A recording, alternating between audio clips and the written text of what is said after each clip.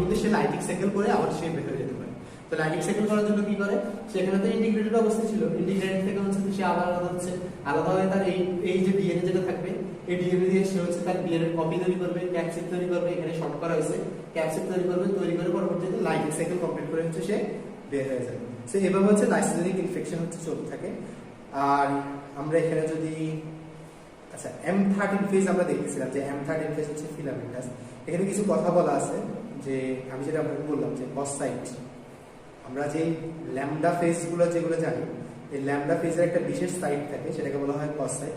এটা আমরা একটু পরে হচ্ছে দেখতে পারবো। তারপরে একটু বলি এই কসাইটের কাজ ছিল কি, এই কসাইটের একটা কাজ ছিল এটা, এই যে হচ্ছে এই যে ব্যাকটেরিয়া ফেজটা তার ডিএনএ যেটাকে ইনজেক্ট করে, এই ডিএনএটা যে সার্কুলারাইজ হবে কিন্তু কসাইটের মাধ্যমে। কসাইটের যে দুইটা এন্ড থাকে, মানে কসাইট বলতে ওই এন্ডগুলোকে আসলে বোঝায় আর কি, ওইখানে কিন্তু খুবই স্টিকি পার্ট থাকে, যার জন্য লাইগেশনটা করা খুবই ইজি। এর জন্য সে কি করতে পারে, সে হচ্ছে আপনার যে স্ট্যান্ডার্ড থাকে, স্ট্যান্ডার্ড থেকে হচ্ছে সার্কুলার ফর্ম করতে পারে। আমরা একটু পরে দেখতে পাবো। আমরা হচ্ছে পরবর্তীতে আচ্ছা যদি M13 এ আসি, সেখানটায় যদি একটু যাই। আচ্ছা এখন কথা আসতে পারে যে আমাদের তো লাইসোজেনিক সাইকেল দেখলাম, আমরা লাইটিক সাইকেল দেখলাম, তো লাইটিকের পরে কেন আমরা লাইসোজেনিক নিয়ে আলোচনা করলাম? আসলে লাইটিক সাইকেল যখন হয় তখন হচ্ছে ব্যাকটেরিয়াল যে সেল, ব্যাকটেরিয়া যেটি থাকে তার কিন্তু লাইসিস হয়, লাইসিস হয়ে কিন্তু পরবর্তীতে ব্যাকটেরিয়াল ফেজটা বের হয়ে আসে।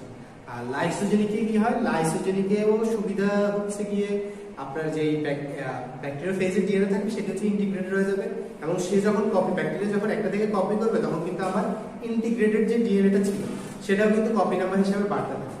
পরবর্তীতে আমরা আবার কিন্তু M13 এ আসতে হবে। তার মানে প্রত্যেকটা ফেজেরই হচ্ছে কিছু কিছু ক্ষেত্রে সমস্যা আছে, বা কিছু কিছু ভেক্টর হিসেবে কিছু কিছু জায়গায় আমরা হচ্ছে তাদেরকে ইউজ করতে পারবো না।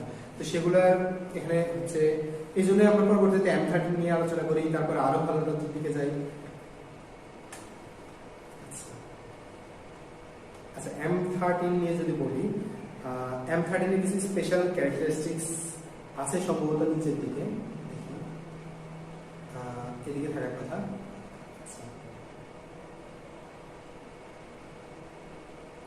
আচ্ছা আমরা হচ্ছে আগে এটা কমপ্লিট করে ফেলি। এটা কি ছিল কি, আমরা যদি দেখেন আমরা লাইটিং সাইকেলটা তো কমপ্লিট, লাইটিং সাইকেলের কোনো জটিলতা নেই।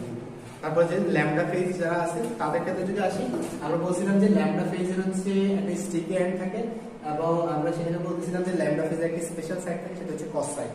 এবং এই কস সাইটের কাজ কি সেটা নিয়ে আমরা বলতেছিলাম যে কস সাইট কি কাজ করতে পারে সেগুলো। তো আমরা এটা দেখি, এই যে একটা লিনিয়ার ল্যামডা ডিএনএ মলিকিউল আছে, তার ওইদিকে একটা রাইট কোহেসিভেন্ট আছে, এদিকে একটা লেফট কোহেসিভেন্ট আছে, এবং এই এন্ডগুলো কিন্তু আপনি দেখেন এগুলো কিন্তু মাঝখানে হচ্ছে ডাবল স্ট্যান্ডার্ড, আর এগুলো কিন্তু সিঙ্গেল স্ট্যান্ডার্ড। এবং এই পোরশনটা হচ্ছে আপনি যদি খেয়াল করেন এখানে জি জি জি আছে, ওইখানে কিন্তু সি সি সি আছে। তার মানে এই পোরশন আর ওই পোরশন কিন্তু কমপ্লিমেন্টারি। আপনি যদি সার্কুলার করতে চান তখন কিন্তু এই দুইটা আপনাকে একদম, আপনি যদি সার্কুলার করতে চান তখন কিন্তু এই দুইটা পরস্পর হচ্ছে কমপ্লিমেন্টারি হওয়ার কারণে বাইন্ড করবে। এবং এই যে দুটি স্টিকি এন্ড রয়েছে, এই দুটি স্টিকি এন্ডটা আমরা বলি কি কস সাইড। আপনি যখন এদিকে যদি আমরা হচ্ছে এভাবে রাউন্ড করার চেষ্টা করি তখন দেখে এখানে C C C G C যেটা ছিল ওই প্রান্তে রাইট কোহেসিভেন্ট যেটা ছিল সেটার সাথে কিন্তু এই লেফট কোহেসিভেন্টটা একটু বাইন্ড করছে।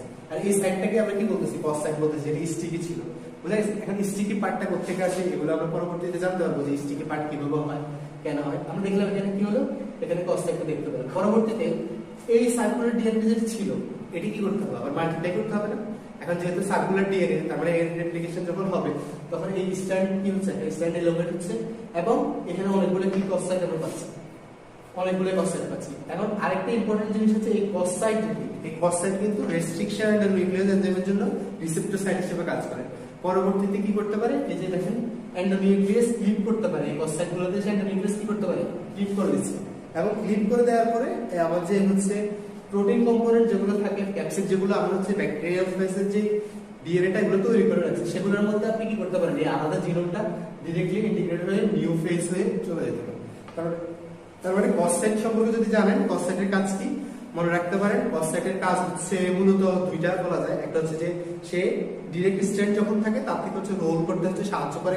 কিভাবে সাহায্য করে, তার যদি ডিরেক্ট মানে স্ট্যান্ড যদি দেখেন লম্বাটা, তাহলে দেখবেন যে রাইট এন্ড এবং লেফট এন্ড দুই এন্ডে দুটো কোহেসিভেন্ট আছে।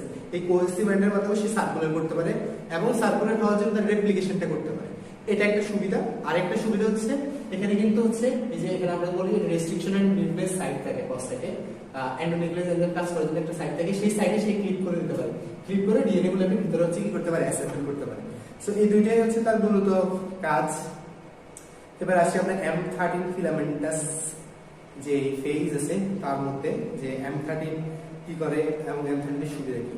আচ্ছা, এটা যদি একটু দেখি আমরা দেখবো যে M13 কিন্তু ডিফারেন্ট, একটু হচ্ছে লাইটিক এবং লাইসোজেনিক দুটো থেকে হচ্ছে একটু ডিফারেন্ট, এবং M13 কিন্তু ইনফেক্ট করা হচ্ছে ইকোলাই, বুঝা গেছে? M13 হচ্ছে ইকোলাই সেলকে ইনফেক্ট করে এবং নিউ ফেজ পার্টিকেলস যখন তৈরি হতে থাকে সেই পার্টিকেলস কিন্তু কন্টিনিউয়াসলি অ্যাসেম্বল হতে থাকে এবং রিলিজ হতে থাকে। আরেকটা ভালো ব্যাপার হচ্ছে লাইসোজেনিকের ক্ষেত্রে কি হতো, যে ব্যাকটেরিয়া লাইসোজেনিকের ক্ষেত্রে কি হতো, ব্যাকটেরিওফেজে ডিএনএটা কিন্তু ইন্টিগ্রেট করতো। লাইটিকের ক্ষেত্রে কি হতো, ওইখানে কিন্তু লাইসিস করে সে বের হয়ে যেত। আর M13 এর ক্ষেত্রে কি হয়, সেখানে কিন্তু ইন্টিগ্রেট করাটা কিন্তু সে তার কপি নাম্বার বাড়াইতে পারে। আমরা যদি এখানে একটু দেখি, কপি নাম্বার বাড়াইতে পারে ইন্টিগ্রেট করাটা, এই জন্য আমরা এটাকে কুইসেন্ট বলি বা স্থির বলি, এবং বের হওয়ার সময় কিন্তু সেল লাইসিস হয় না, এটাও একটা ইম্পর্টেন্ট ব্যাপার। আচ্ছা, এখানে যদি আমরা এই ফিগারটা আমরা একটু দেখি, আমরা দেখতেছি যে একটা M13 পার্টিকেল একদম উপরের দিকে যে ইউ আকৃতির যেটা আছে সেটি ফেজটি হচ্ছে ফাইরাসের মাধ্যমে ডিএনএটাকে ইনজেক্ট করলো, ইনজেক্ট করার পরে ডাবল সিঙ্গেল স্ট্র্যান্ড থেকে হলো ডাবল স্ট্র্যান্ডার্ড হলো। আর এই যে ডাবল স্ট্র্যান্ডার্ড রেপ্লিকেটিং ফর্ম, এটা কিন্তু দেখতে হবে একটা প্লাজমিডের মতো, সেটা একটা ইম্পর্টেন্ট ব্যাপার। এখানে পরবর্তীতে এটি থেকে কিন্তু সে মাল্টিপ্লাই করতেছে এবং একটি থেকে পরবর্তীতে অসংখ্য হচ্ছে, আর এটি কিন্তু রিলিজ হয়ে যাবে। এই যে সার্কুলার ডিএনএটা ছিল এটা হচ্ছে কিন্তু এরকম সার্কুলারের পরবর্তীতে রিলিজ হবে এবং কিন্তু কোনো সেল লাইসিস হবে না। উপরে একটা ফিগার আছে খুব সম্ভবত পাঁচ সাইডের উপরে, আমরা যদি সেখানে একটু যাই। আচ্ছা, এই ফিগারটা এখানে আমরা সেম দেখতে পাচ্ছি M13 ফেজ ছিল ইউআকৃতির, যে সে একটা ফাইরাস ফর্মেশনের মাধ্যমে সে হচ্ছে তার ডিএনএটাকে ইনজেক্ট করলো সরি।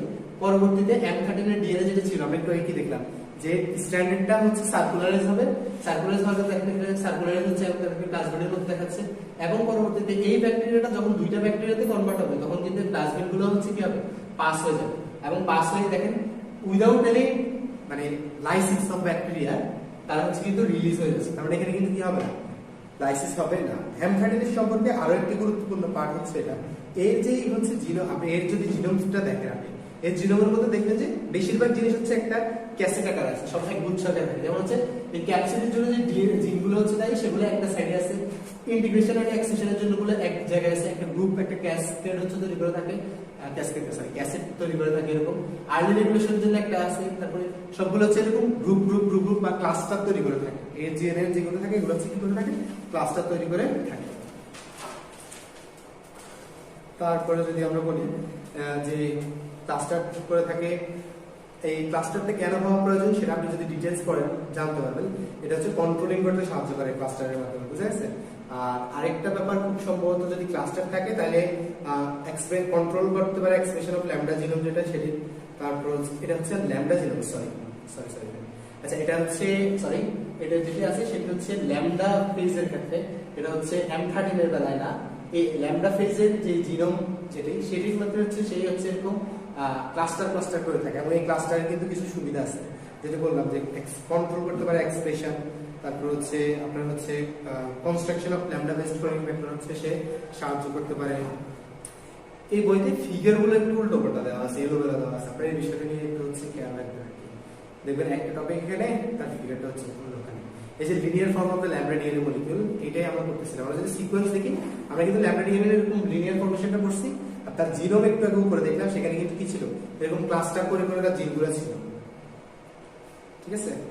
আচ্ছা, আর ল্যামডা ফেজ সম্পর্কে আরো কিছু কথা যদি বলি সেটা হচ্ছে যে আপনি যদি ল্যামডা ডিএনএটা দেখেন এটা কিন্তু হচ্ছে এরকম স্ট্যান্ডার্ড হতে পারে, হ্যাঁ লিনিয়ার হতে পারে, এবং কিন্তু সে কিন্তু কি হতে পারে আবার কসাইডের জন্য সে কি হতে পারে, সার্কুলার হতে পারে। যখন লিনিয়ার হয় তখন তার দুইটা ফ্রি এন্ড থাকে, এবং এই ফ্রি এন্ড গুলো আমরা দুই প্রান্তে দেখে হচ্ছে স্টিকি এন্ড থাকে, যার জন্য পরবর্তীতে আবার হচ্ছে কি করতে পারে, রাউন্ড হতে পারে। আর ওই স্টিকি এন্ডটাকে কি বলে, কস সাইড বলে। এগুলো মোটামুটি বলা হয়েছে কস সাইডের কাজ কি, কস সাইড কিভাবে কাজ করে, বলেন তো কস সাইড কিভাবে কাজ করে। এক কি ছিল, হ্যাঁ যখন হচ্ছে কি করতে হবে, আমাদের যে স্ট্যান্ড থাকবে যেটা লিনিয়ার থাকবে, লিনিয়ার থেকে হচ্ছে যখন সার্কুলার বানাতে হবে তখন কস সাইড কাজ করতে পারে, এটা একটা কনসেপ্ট। যখন প্রোফেজ অবস্থায় থাকবে, চিন্তা করেন প্রোফেজ কি ছিল, ব্যাকটেরিয়ার যে ডিএনএটা ছিল তার সাথে কিন্তু আপনি একটা ডিএনএ অ্যাড করে দিচ্ছেন, ওই দশাটাকে প্রোফেজ বলি। এখন প্রোফেজ থেকে যখন হচ্ছে আপনি আলাদা হয়ে যেতে চাইবেন, আবার আলাদা হিসাবে আলাদা হচ্ছে প্লাজমিডে যদি তখন কিন্তু আপনাকে যে অ্যাক্সিশনটা ওই অ্যাক্সিশনে কিন্তু আমার সাহায্য করে। আর হচ্ছে আরেকটা ছিল অ্যান্ডোনিউক্লিয়াসের জন্য একটা রেস্ট্রিকশন সাইট থাকে যার জন্য কাট করতে সুবিধা। M13 ফিলামেন্টাস ফেজে আমরা দুইটাই ফিগার দেখলাম, এবং M13 ফিলামেন্টাস ফেজ হচ্ছে কেন কি তার স্পেশাল বৈশিষ্ট্য ছিল মনে আছে? কিন্তু লাইটিং সাইকেল করতো না, এবং সে কিন্তু লাইসিস করে না। এক দুই হচ্ছে সে কিন্তু হচ্ছে ব্যাকটেরিয়ার সাথে অ্যাডও হয় না। তারপরে প্রোফেজ দশা কিন্তু তাই। তারপরে তার স্ট্রাকচারের ভিন্নতা আছে। স্ট্রাকচারটা কেমন? স্ট্রাকচারটা হচ্ছে তার সাধারণত ফিলামেন্টাস টাইপের স্ট্রাকচার, এবং ডিএনএটা হচ্ছে সার্কুলার থাকে। আর এটার আরেকটা ডিফারেন্স হচ্ছে এটা কিন্তু ল্যামডা ফেজ থেকেও সাইজে কিন্তু ছোট। এটা একটা এই সাইজে যেহেতু ছোট সেহেতু তার কি হয়, যেহেতু সে সাইজে ছোট সেহেতু হচ্ছে তার ভিতরে যে হচ্ছে জিন থাকে, জিনের জন্য জিন মানে বেশি জিনও থাকে না, অল্প কয়টা হচ্ছে জিন থাকে। এবং দেখা যায় যে জিনগুলো থাকে তার মধ্যে বেশিরভাগ জিনের কাজ হচ্ছে কি করা, ক্যাপসিড বানানো। সো মোটামুটি হচ্ছে এই সব অসুবিধার জন্য তার যে ইনফেকশন সাইকেল যেটা থাকে সেটা সাধারণত খুবই ছোট। এবং হচ্ছে আমরা যদি দেখি এখানে আমরা দেখতেছি এই যে নিচের দিকে যে সেলটা আছে এটা হচ্ছে ইকোলাইসিস। হ্যাঁ, ইকোলাইসিসের ভাইরাস ফর্মেশনের মাধ্যমে সে কি করলো, ইনজেক্ট করলো। তারপর হচ্ছে সিঙ্গেল স্ট্যান্ডার্ড মলিকিউল যেটা ছিল সেটা হচ্ছে সার্কুলার, হচ্ছে পরবর্তীতে সার্কুলার এরকম গ্রোথ করবে। উপরের দিকে এরকম একটা চিত্র ছিল, সেটা হচ্ছে দেখে দিবেন। এখানে আর তেমন কিছু নেই। আরেকটা টপিক বাকি আছে, সেটা হচ্ছে ভাইরাস অ্যাজ ক্লোনিং ভেক্টর। বুঝে গেছে যে ভাইরাস অ্যাজ ক্লোনিং ভেক্টর হিসেবে কেন ইউজ করা হয়। সো আমরা দেখি হিউম্যান অ্যাডিনো ভাইরাস জিন থেরাপির জন্য ব্যবহার করা হয়। আরেকটা ইম্পর্টেন্ট প্রশ্ন সেটা হচ্ছে যে আমরা এই কোভিড এর একটা ভ্যাকসিন ডেভেলপ করার জন্য কিন্তু অ্যাডিনো ভাইরাস ব্যবহার করা হয়েছে, যদি একটু ভিন্নভাবে ব্যবহার করা হয়েছে। তারপরে এখানে যে কয়টা ভ্যাকসিন ভাইরাস আছে এগুলো হচ্ছে জানতে হবে, যে একটা হচ্ছে বাকুলো ভাইরাস আছে, পলিমো ভাইরাস আছে, জেমিনি ভাইরাস আছে, আর এটা হচ্ছে অ্যাডিনো ভাইরাস আছে। অ্যাডিনো ভাইরাস হচ্ছে হিউম্যান জিন থেরাপিতে ব্যবহার করা হয়, বাকুলো ভাইরাস হচ্ছে সিনথেসাইজ করা হয় ফার্মাসিউটিক্যালসে, পলিমো ভাইরাস এবং জেমিনি ভাইরাস যেটা আছে সেটা হচ্ছে ক্লোনিং পারপাসে হচ্ছে ব্যবহার করা হয় এইভাবে। এছাড়াও একটা জিনিস হচ্ছে কি, এছাড়াও কিন্তু অনেকগুলো ভাইরাস আছে ক্লোনিং পারপাসে ব্যবহার করে, যেমন হচ্ছে টি2ফাজ আছে, ল্যামডা আছে, একটু আগে M13 পড়ে আসলাম সেটি আছে। বাট আপনাকে যখন হচ্ছে স্পেসিফিক করে দিবে যে কয়েকটা ভাইরাসের নাম বলেন ক্লোনিং ভেক্টর হিসেবে যেগুলো ব্যবহার করা, এই চারটায় যেহেতু এখানে স্পেসিফিক্যালি বলা আছে এগুলো দেওয়া হচ্ছে ভালো হবে, এবং এগুলোর ডিটেলস হচ্ছে পাওয়া যাবে পুরো জিনিসটা। তারপরে আর কি আছে, ওকে আচ্ছা, তারপরে এখান থেকে কি কি প্রশ্ন হচ্ছে আসতে পারে যদি এরকম একটা আমরা মানে সামারি করার চেষ্টা করি একদম শুরু থেকে যদি আসি। তো সামারিটা হচ্ছে এরকম হতে পারে যে ভেক্টর কাকে বলে, একটা আইডিয়াল ভেক্টর হওয়ার জন্য কি কি ফিচার লাগবে, কি কি হইতে হবে। আমরা এগুলো শুরু থেকে বলে আসছি যে ভেক্টর কাকে বলে, যেটা হচ্ছে ফেরি করবে একটা নির্দিষ্ট ডিএনএ কে, একটা নির্দিষ্ট ডিএনএ কে আমি ক্লোন করার জন্য ফেরি করে তার মধ্যে অ্যাড করাবো, সেটাকে হচ্ছে ভেক্টর বলে। তারপর হচ্ছে ভেক্টর হওয়ার জন্য কি কি সুবিধা হতে হবে, নিজস্ব কপি নাম্বার করার একটা ক্ষমতা রাখতে হবে, সাইজ যত হচ্ছে ছোট রাখতে পারি। এই কয়েকটা বৈশিষ্ট্য ফিল আপ করার জন্য আমরা প্লাজমিড এবং যে ব্যাকটেরিয়া ফেজের ক্রোমোজোম আছে সেটাকে ভেক্টর হিসেবে ব্যবহার করি। তারপর আসতে পারে ইনফেকশন সাইকেল গুলো, তারপর আসতে পারে যে লাইটিং কখন ব্যবহার করবেন, কখন হচ্ছে মানে লাইটিং যারা করে T2T4 ফেজ যারা আছে এটা এগুলোকে কখন ব্যবহার করবেন, ল্যামডাটাকে কখন ব্যবহার করবেন, তারপর হচ্ছে M13 কেন ব্যবহার করবেন। এটা গুরুত্বপূর্ণ কিন্তু যে এই জিনিসটা আসতে পারে ল্যামডা আর M13 এর মধ্যে পার্থক্যগুলো কোথায় কোথায়, তাহলে বলতে পারতে হবে যে জিনোম সাইজ অনেক ছোট, এটা একটা পার্থক্য। এই জিনোম সাইজ ছোটর জন্য সে কিন্তু পটেনশিয়াল ফ্যাক্টর হিসেবে নিজেকে আত্মপ্রকাশ করার হচ্ছে একটা অ্যাবিলিটি রাখে। তারপর হচ্ছে বলতে পারতে হবে যে ডাবল স্ট্যান্ডার্ড যে রেপ্লিকেটিভ ফর্মটা আছে, আমি যদি ফিগারটা আবার একটু আনি, যে ডাবল স্ট্যান্ডার্ড রেপ্লিকেটিভ ফর্ম ওটা কিন্তু দেখতে অনেকটা প্লাজমিডের মতো, সো এটা কিন্তু তাকে একটা বাড়তি অ্যাডভান্টেজ দেয়।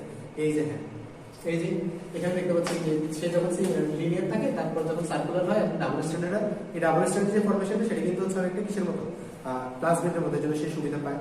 তারপর হচ্ছে আমি হচ্ছে ইজিলি হচ্ছে প্রিপেয়ার করতে পারি এবং ইজিলি হচ্ছে রিইন্ট্রোডিউস করতে পারি, এটা একটা সুবিধা। তারপর হচ্ছে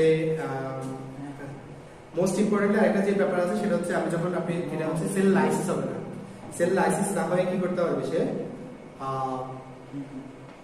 সংখ্যা বৃদ্ধি করতে পারবে, এটা একটা সুবিধা।